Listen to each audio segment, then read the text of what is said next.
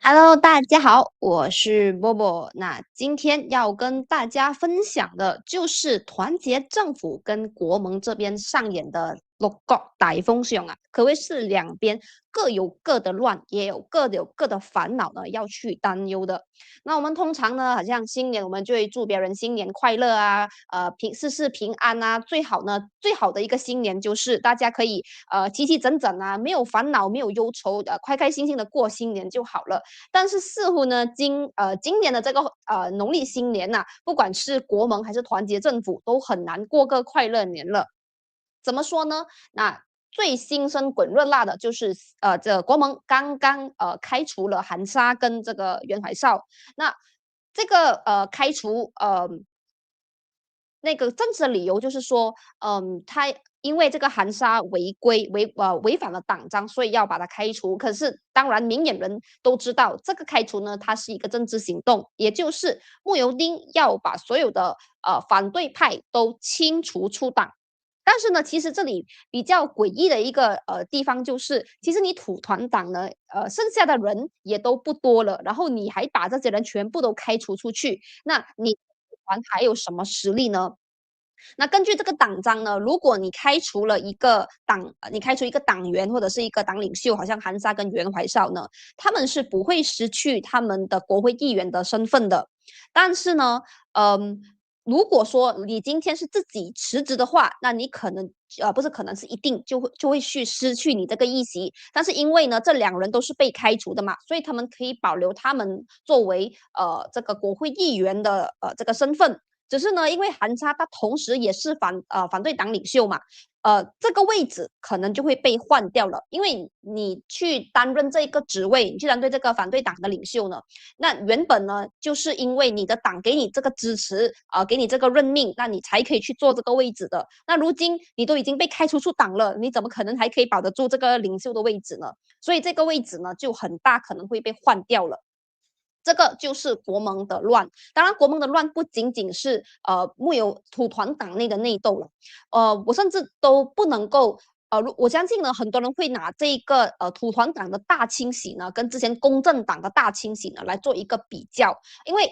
就在去年的公正党的党选当中呢，其实也是安华的一次大扫除，在清除异己嘛。那安华的这个大扫除是非常的成功的。首先就是拉菲兹一帮呢，几个带头的就被革了出去。但比如说拉菲兹的这个亲信，现在呢就被提拔去代替了这个聂阿兹的这个纳斯密的这个环境部长的位置。所以呢，他基本上呢就是把你上面几个头给砍掉，可是呢，你们这几个小的呢，我提拔你上来，借此呢也可以去平衡党内的势力，同时你也是在收买人心。那努鲁也去做了这个署理主席，所以呢，其实安华这一招是非常的成功。但当然，他的成功呢，很大的程度也是归功于你公正党够人。你要玩党争哦，其实有一个最基本的游戏规则，就是你至少要够人才可以玩，要不然呢，你把人才都赶走了之后，那就算整个党归你所有，又有什么用？你的党都没有人才去做了，那你留下的人都是庸才，你这个党呢很快就会没落的。所以呢，其实呢，公正党的这个党选，我是觉得很成功，是因为安华已经找好了他的阵容，他才会去做这一个行动。而反观土团党这一边呢，当然土团党呢一开始就是一个青蛙党，就是从乌统那里跳出来，以反贪腐为名，但自己的领袖好像也没一个官司缠身，出来开了一个土团党。那你开了一个土团党过后，你又去背弃西蒙啊，你又要去 backstep，你又要去做后门政府所以其实已经是两边都不讨好了的。那两边的不讨好不用紧嘛，我们就跟你讲利益就好了。那政治上面没有永远的敌人跟朋友的，但却有永远的利益嘛。只是呢，你土团党又能够给到什么利益呢？在于国盟之间呢，为什么他会愿意跟土团结盟？我觉得最大的理由就是，他他需要一个形象比较中庸的伙伴。但是呢，其实他自己也发展出这样子的一种中庸形象的领袖了，比如他们的这个登州的大臣，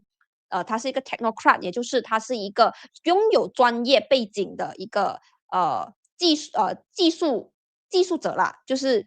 他有那个相关的专业背景，所以他是有机会成为这个首相人选的。那如果说他自己已经可以推出形象中庸的领袖呢，就是这个领袖的形象，他就是不会跟你讲太多宗教的东西，但是他会跟你讲我要怎样治理国家，我要怎样修桥补路，我要怎样去发展城市。那如果他自己已经具备这样子的领袖的时候呢，那我为什么还要跟土团一起走？土团就会变成可有可无了。所以你看，他对于土团的那个态度呢，也是越发的轻蔑，甚至呢是公然提出呢，既然慕尤丁辞去了国盟的主席，那我们就要去接手这一个人选。那帕斯已经是妥妥就是没有要跟你再玩了的啦，他就是说。你土团其实已经是气数已尽啦，不然呢，你就乖乖呢，把政权，把那个主权交给我们，这样子你去做小弟，他做大哥，我们还可以容你啊。如果你还要跟我们平起平坐，或者甚至是说你还要去再做大哥的话，其实 Pass，他为什么要让你去做大哥呢？因为实力跟未来的潜力呢，Pass 都已经是具备了的。跟盟党的关系呢，土团是腹背受敌。那土团自己里面呢，也面对很大的问题，也就是韩沙跟慕尤丁的党争啊。那这个党争呢，之前不懂大家还记不记得啊？就是在争主席一件事情的时候呢，慕尤丁的助理呢，就甚至说啊，不管我们让谁当国盟的主席，但我们一定不能够让韩沙当国盟的主席，因为他会带领整个国盟呢加入 UMNO，然后就解散掉这个土团党。哎，你现在呢在跟他抢主席之位，那你不是应该同仇敌的去至少你土团里面不要乱了。但为什么那个穆尤丁的助理会去讲这么一番话的？你反而是枪口对内，你不是枪口对外，所以其实这一个现象呢就已经是非常的奇怪了。那现在是直接不跟你玩暗的了，直接就跟你讲明面的，就是要把你裁掉。那你把韩沙一帮的人都裁掉哦，但其实啊，你想想看啊，不管是媒体上面的曝光率，还是大众形象都好了。其实好像袁怀少啊跟韩沙这种呢，反而是形象更好的，因为他们会至少会在一些政策的议题上面提一些意见，当然他们的意见不一定是每一次都好啦。比如说袁怀少，他就是反对多元流教育的，但是至少他有提一些东西啦 ，OK， 提一些有建设性的东西。那你土团的其他的议员可能讲都没有讲，或者是名不经传的，那你也不可能突然间把他们推到去第一线，因为民众都不认识你，也不会接受。反而是那些出名的，你现在全部把他们裁掉，那你把人才都赶走之后，那你土团不是更加空虚了嘛？本来 Pass 已经看不起你了，然后你还这样子一搞，把人才都赶走，这样以后你还怎样跟 Pass 走下去嘞？还是说，其实土团也打算离开国盟啊？我也不知道，我不知道穆尤丁是怎么想，可能穆尤丁只想着，只要我可以当主席，只要我的权威巩固，其他东西我都不 care，什么大局不要管我不管我的事情，我的大局就是只有我自己。所以我觉得显然把韩沙跟袁海少开除掉这一步棋可能下得不是那么的好了，但我必须要说了，其实穆尤丁在玩弄权术上面确实是非常的厉害。比如之前争国盟主席一事，他明明前脚辞下了这个国盟主席一职，后脚呢他又讲说，不然我们就不要选主席了，我们成立一个Majlis President，一个主席委员会，然后呢，让每一个成员党的主席呢都加入进去，成为这个委员会的委员，他就可以借尸还魂了啊！因为他自己本身还是土团党的主席，所以他又可以借这一招重新的做国盟的主席了咯。因为你在那个 Majlis President 里面的成员，那你肯定也是有决策权嘛，你也是其中一个主席嘛，所以前脚辞职，然后后脚就想到方法呢，让自己回到去原本的那个位置。你不要说他，你真的不要说他不会想，其实他很会想。但是这一步走到这样子呢，我觉得穆尤丁他太心急，想要铲除异己了，而其实他自己的班底都没有照顾好的情况底下呢，就去铲除掉韩沙跟袁怀少以及其他的一些大将了。我觉得在这个节骨眼上呢，确实是不那么的好看呐、那当然也有人说，哎，这样你也其实穆尤丁这样子做也是很无奈啦，因为韩沙他摆到明就是想要去争这个国盟的主席，而且呢，Pass 也比较喜欢韩沙，这个是毋庸置疑的，因为哈迪阿旺自己都讲过了，如果我们要推一个首相人选出来呢，那我们鼠疫这个人呢是年龄少过70岁的，那穆尤丁第一个就超龄了嘛，但是韩沙好像还可以哦，所以其实大家都可以看得到那个眉来眼去。所以穆尤丁为了彻底断绝这个可能呢，你就只能够把它开除掉，你就只能够壮士断臂，断掉含沙这一只臂。但是呢，你即使断得了一时，你能够断得了一世吗？到最后会不会是两败俱伤？你是保住了你的土团党的权利，可是呢，你可能把整个土团党都拉垮，那到最后你又得到什么？这个呢就是国盟的乱的一个概述啦。如果有朋友知道更多细节，也欢迎在留言区告诉我。另外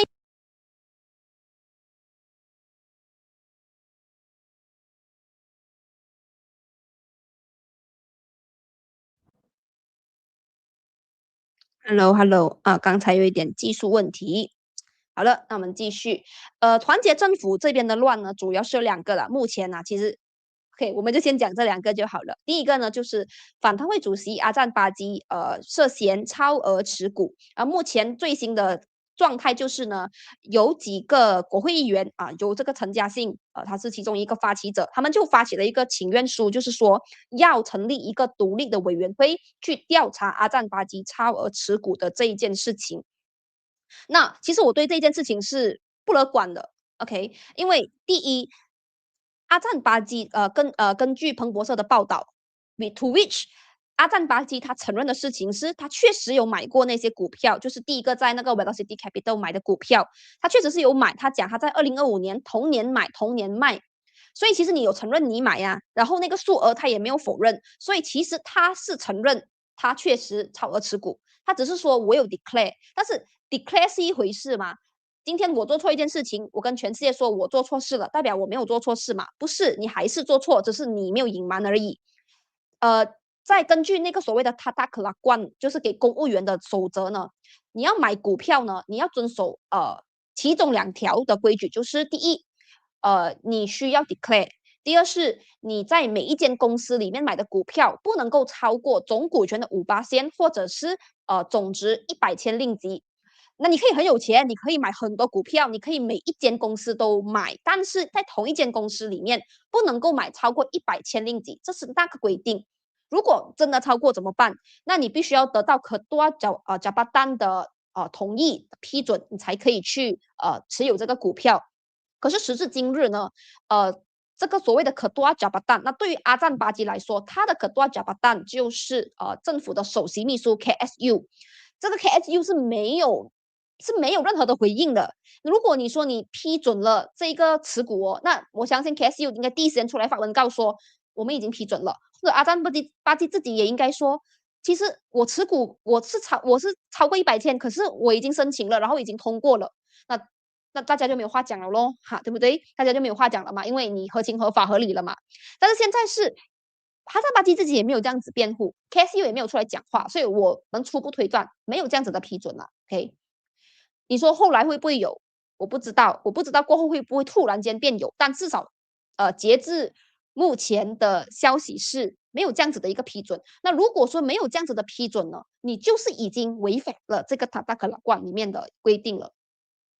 OK，本来是发现了Velocity Capital 里面有差不多17个 million 的这个股票，然后又发现为什么有越来越多不同的公司的，甚至是说现在发现到呢这些股票总值是有高达差不多几百万了。所以你看那个 Tony 波他就出来跟你讲说，哎，我们现在都不是质疑你有没有违规了，OK，就算你现在合情合法合理都好。但是你那里来那么多钱呢？你作为一个公务员，这么多钱的咩？这么高薪的吗？这个事情呢，阿赞巴基也没有办法做出相应的解释啦。当然，我相信其实一个人要有钱，有很多可能有很多个方法，可以讲是祖传遗产家里突然间挖到一搞钱出来这些借口都可以找啦。只是呢，其实根据这个他在克拉冠这种高职位的公务员，他们也是需要申报财产的。那如果说这些申报财产的程序都已经走了的话，那为什么对于 Tony Pa 的指控，阿赞巴基没有办法去解释跟回应呢？这一点呢，其实是很耐人寻味的。这也是为什么会有一群国会议员现在说，哎呀，我们不能够让这件事情就这样子沉默下去，我们一定要一个独立的委员会去调查。那我为什么会说我对这件事情不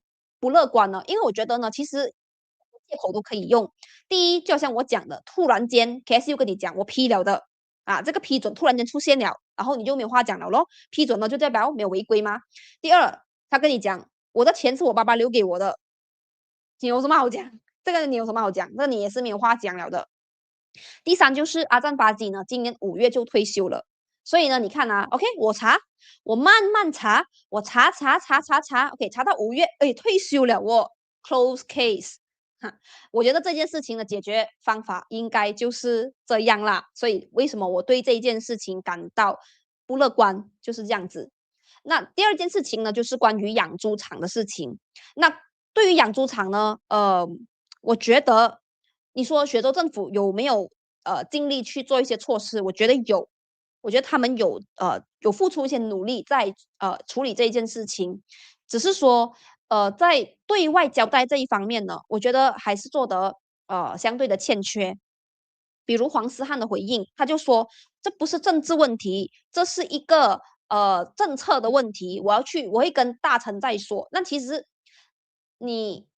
这种呢，我会觉得是一个借口啦，就是政策问题跟政治问题本来就分不开，那你不能够说因为这件事情是 administrative，it's not about politics，然后呢就这样子来借此去逃走。其实哪里可以这样子分？尤其是在马来西亚这个多元种族的环境啊，所有的政策其实就是政治来的，不能够说一个政策就单单是一个政策，然后呢跟政治是脱离关系，没有这样子的东西的。所以这个回应呢，就让人家感觉到，你是不是因为说不要让养猪场的这件事情上一层种族色彩，所以你给出一个这样子的回应？其实我本身也认为说，养猪场的事情它可能跟种族无关，它纯粹就是说，因为第一你的那个设施很老旧，导致环境污染，然后养猪场的卫生问题很严重，导致有很多猪只生病，可能那些猪肉会受感染啊，还是河流感染等等的。它可能确实是一开始是一个中性的问题，它跟种族可能没有太大的关系。但是呢，放在马来西亚的政治现实，你用这样子的论述呢是没有办法说服人民的。所以，与其去给一个借口来逃避，我觉得其实最好的回应方式是你一定要直面选民人民对你的质问这件事情。我不管他一开始是中性还是不中性，但是现在我们觉得它跟种族课题有关，那你可以回应吗？所以我觉得政府在这一方面呢做到的回应不够，才会引起民愤。那现在呢，而且呢，另外一个问题，除了没有办法对于种族这一方面给出一个回应呢，另外一个问题就是答非所问。因为今天我们讲的是你关掉养猪场哦，你关掉养猪场，你最直接影响到的人哦，不仅仅是消费者而已。因为你自己也讲的嘛，其实我们的猪肉70%都是进口的，那供应是不会受影响的。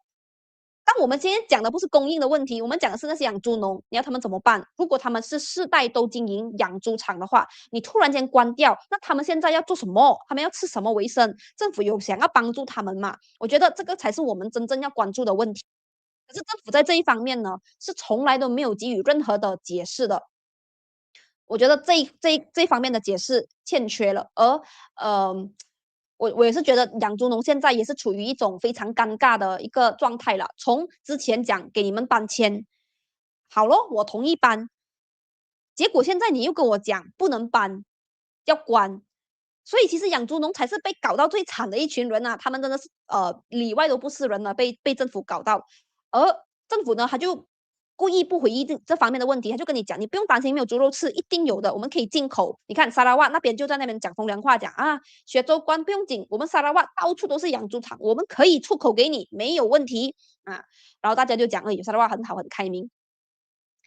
所以我觉得我们现在不是讲说进不进口的问题，而是这些养猪农要怎么办？当然啦，在这个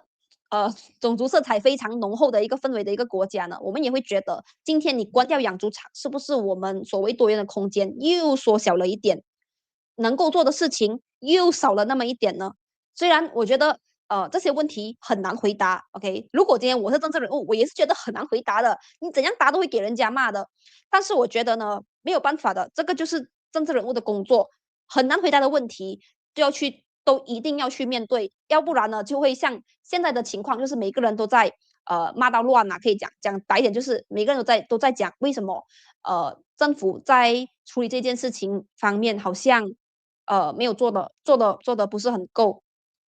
然后呢，就让那个养猪场就这样子关掉，然后就匆匆用进口猪肉来作为一个替代方案。所以我觉得这件事情最大的那个受害者，当然还是养猪的农民啦。那如果说现在政府决定要关完养猪场，然后以进口猪肉来取代的话，那我希望政府至少限度可以做到的一些补偿，就是你能不能够优先呢发这个进口猪肉的执照给现有的这些养猪场的农民，那至少说他们没有了养猪场过后呢，他们还有另外一个生意可以做，而且这个生意他们也做熟了，他们也做生做熟，也是类似的一个行业嘛。那给他们是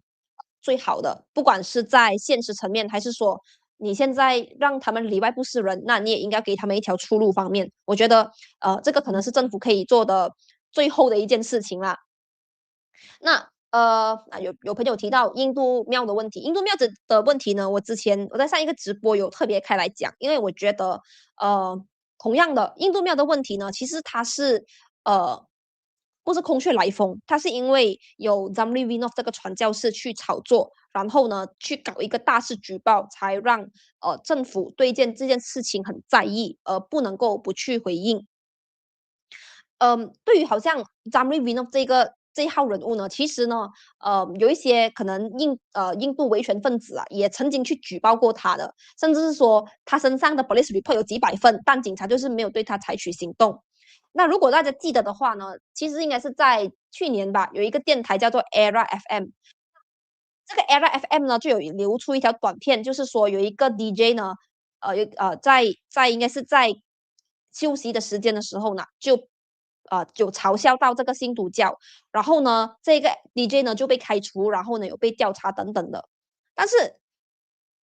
另外一边厢，这个 Zamri Vinod 呢，他曾经公然讲过，这个大保生节游行啊，然后这些信徒教徒呢在那里做这个游神仪式，好像喝醉酒了那样。但其实这个就是一种侮辱嘛，但却什么都没有。所以为什么会有这样子的差别对待？就是让人家不禁去想，为什么会有这样子的一个差别对待？也就是这样子的一个人呢，去发起所谓的Squad Bongkar Binaan Haram 行动。这里讲的 Binaan Haram 呢，你去看他的那个 Facebook page 啦，全部都是宗教场所来的，OK，不仅仅是新都庙而已，还有包括一些拿督宫跟一些住家庙，全部都在这个 Facebook page 都可以找得到。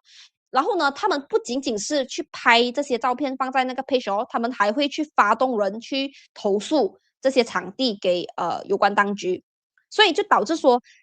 政府每天收到这些投诉，他不能够处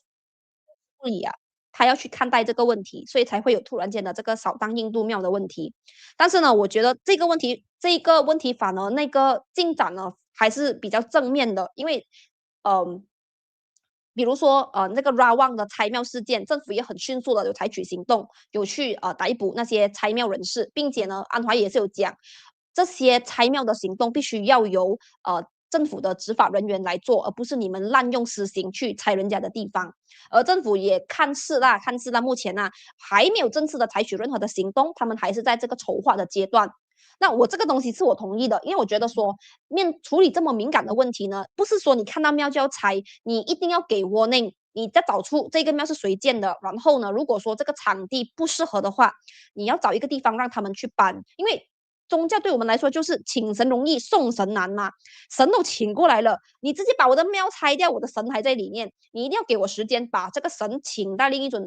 在另外一间庙，你才可以把这个建筑物拆掉。最简单的宗教的思维就是这样子。至于一些已经存在很久了的一些庙呢，也可以走一些所谓的 whitening process，就是洗白过程，能不能够探讨呢？就是不如就把这一块地就通过一些法律程序正式的交给这一间庙，让这一间庙可以合法的存活下去。反正解决的方法有很多嘛。如果说地点不适合，就找过一块地；如果地点适合，就给他那个地契啊。用一点时间呢，是可以好好的去解决的。或者啦，到最后啦，会不会是这个风头过后呢？其实就不用做的那么辛苦了，因为其实这种所谓的路边拿着工啊，树下有一个神牌呀、这些事情呢，我们从小生长在马来西亚是见怪不怪啦。但我们平时我们也不会故意去挑剔说，诶，为什么你要在这边这样子？为什么你要在那边这样子？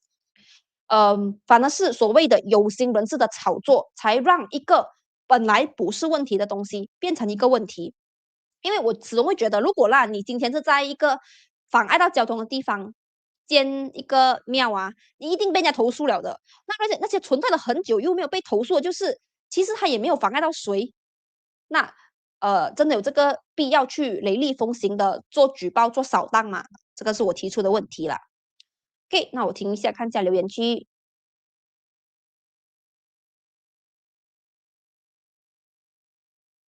而现在街头上演快开始了啊！我相信可能对于阿赞巴基的这件事情，可能会有相应的示威或者是集会啦。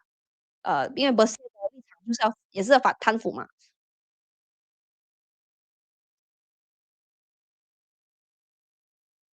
对，这个我们都不投国盟，他们怎么乱？只可惜土团乱会让西门火箭偷笑啊。OK，其实我觉得我们今天并不是要说哪一个党乱，很好。其实没有一个党应该乱啊。其实政党乱了，政党先乱，最直接受到伤害的就是人民啊。那我们怎么会希望政党乱呢？就算是在野党，我也不希望它乱啊，因为我希望有一个可以正常运作的、可以监督与制衡执政党的一个在野党啊。我并不会因为说今天我不同意 pass 的理念，我就希望它乱。我反而会希望他，其实不管你是什么理念都好，你也应该要监督与制衡现在的这个执政党。但是现在呢，这些政党忙着搞自己的党争，而没有去扮演好自己应该要扮演的角色。然后呢，执政党就在那边笑着看你们乱哦，然后你们就不会来制衡我了，然后就让人民跟 NGO 呢自己去扮演那个制衡的团体。当然，这个也是必要的啦，只是说人民没有拿钱做这种事情的嘞。人民反正是交税的那些人，反而你们这些拿着人民的税的薪水的在野党，你们没有做好你们的工作，一天到晚的就顾着抢位置、抢主席、做党争而已。我觉得这个就是真的是在浪费我们的血汗钱啊！这位朋友，贪官就给予机会解释，老百姓就断人衣食啊！这个是安华讲的。为什么要吵架占巴金呢？先听听他解释啊。啊，这个就如果说对比一些所谓的平民百姓啦，MACC 是没有跟你客气啊，直接就上门raid 你的家，抓人换橙色衣。但是对于阿赞巴基呢，还要慢慢的去开一个委员会来调查他。哇，这个待遇其实是已经很明显了啦。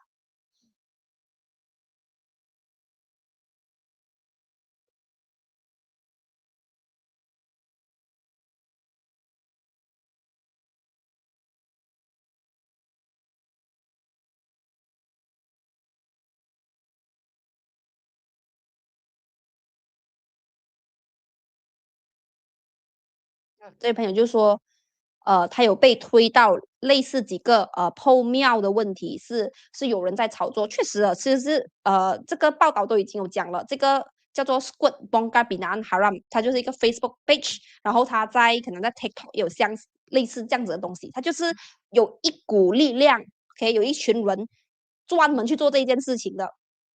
然后呢，这股力量呢，他们就是匿名的嘛，所以他就会制造出一种好像有很多人的那个感觉，但可能其实真正在后面做的啦，只有小毛两三只而已。